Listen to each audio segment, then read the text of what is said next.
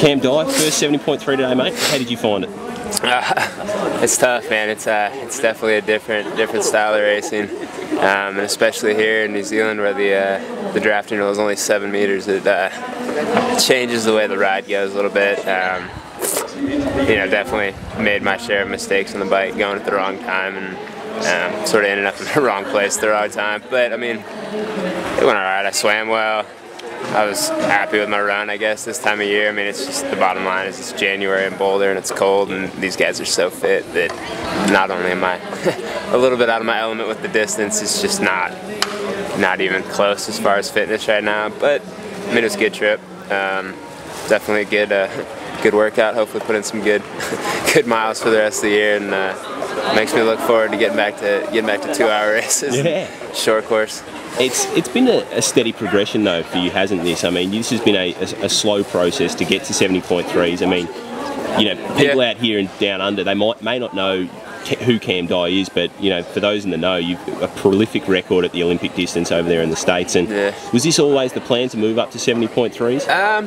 Yeah, I mean, I feel like at some point it'll be probably a good thing for me. I mean, there's a lot of emphasis on the bike. And with a 10 or 12 meter draft rule, you know, it's super fair. It's true non-draft racing. You know, the swim is short. It is what it is. But with the hard bike, and I think the way my runs come around over the years, I think at some point it'll be a good distance for me. I don't know that we're quite there yet. If nothing else, I got to learn to be a little more patient and just kind of roll with the punches on the bike and see what happens. Didn't have the legs to go off the front today with James, which was kind of a bummer because he made a great move, and you know, that would have been my best chance to do well. But yeah, I mean, it was sort of a learning experience. If it went well, great. If not, then we'll go home and sort of look at it again, and maybe do one later in the year, maybe not, maybe wait till next year. But with the Toyota Cup Series and the Lifetime Series set for a bit of a change this year, would that affect your racing plan for the season? I'd love to tell you, but I don't even know what the change is going to be yet. Yeah. I haven't seen their schedule. Rev 3 came out with their schedule, and it's going to be slightly more Olympic distance friendly, I guess. So yeah, depending on what Lifetime does, that'll definitely have a big impact on what I do. You know, high V will definitely be the goal, and that was the other thing coming out here, was it was points for high V. So even if it didn't go well, score a few points. And outside of that, yeah, to be honest, I'm not even sure what my next race is after this, just because we're waiting to hear. But it'll be interesting to see what Toyota does and what Lifetime does, and kind of figure out where it's going to go from there. Do you see, I mean, obviously it's hard after one race, but do you see down the track that you may be better suited to this, given your strength on the bike? I don't know about better suited, but I definitely think it's something I can learn to be good at. I think I definitely have the ability to succeed at this distance. I mean, I can, you know, get out of the water with anybody, and when I'm biking well and, you know, mid-season form, yeah, it definitely, I feel like I can get to the point where I can run well enough that I can get off the bike with a lead and have a shot.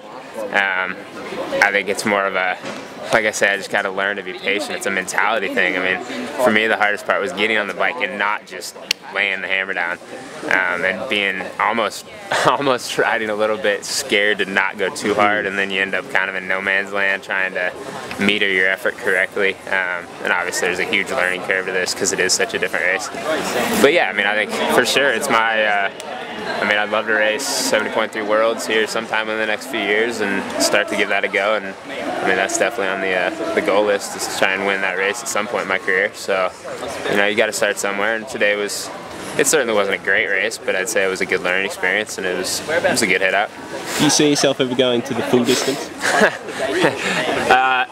You know, having finished a half like 20 minutes ago, no, not anytime soon. That was plenty long.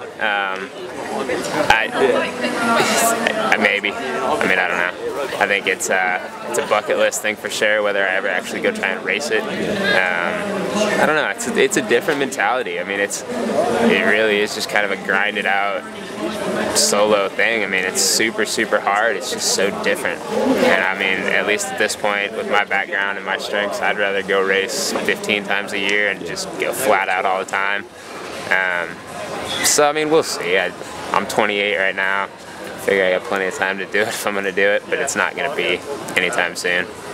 And obviously, your background with the ITU originally, and then now you've come across, and we're seeing now a steady progression of ITU guys slowly make the transition to non-drafting and 70.3 racing.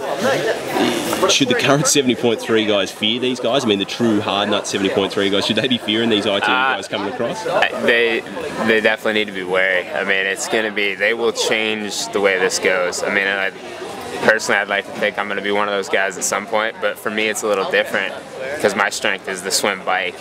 And the true ITU guys, the few of them, you know, the Gomez's and even the Brownlees, I mean, some of these guys that can truly ride bikes will be scary because not only are they going to swim faster than anybody, they're going to ride as fast as anybody, and then they're going to have no problem running at 112. So, I mean, I don't know if they need to be scared, but they definitely need to be ready. I mean, it's gonna create a lot, as if these races weren't competitive enough. I mean, it's gonna make them that much deeper.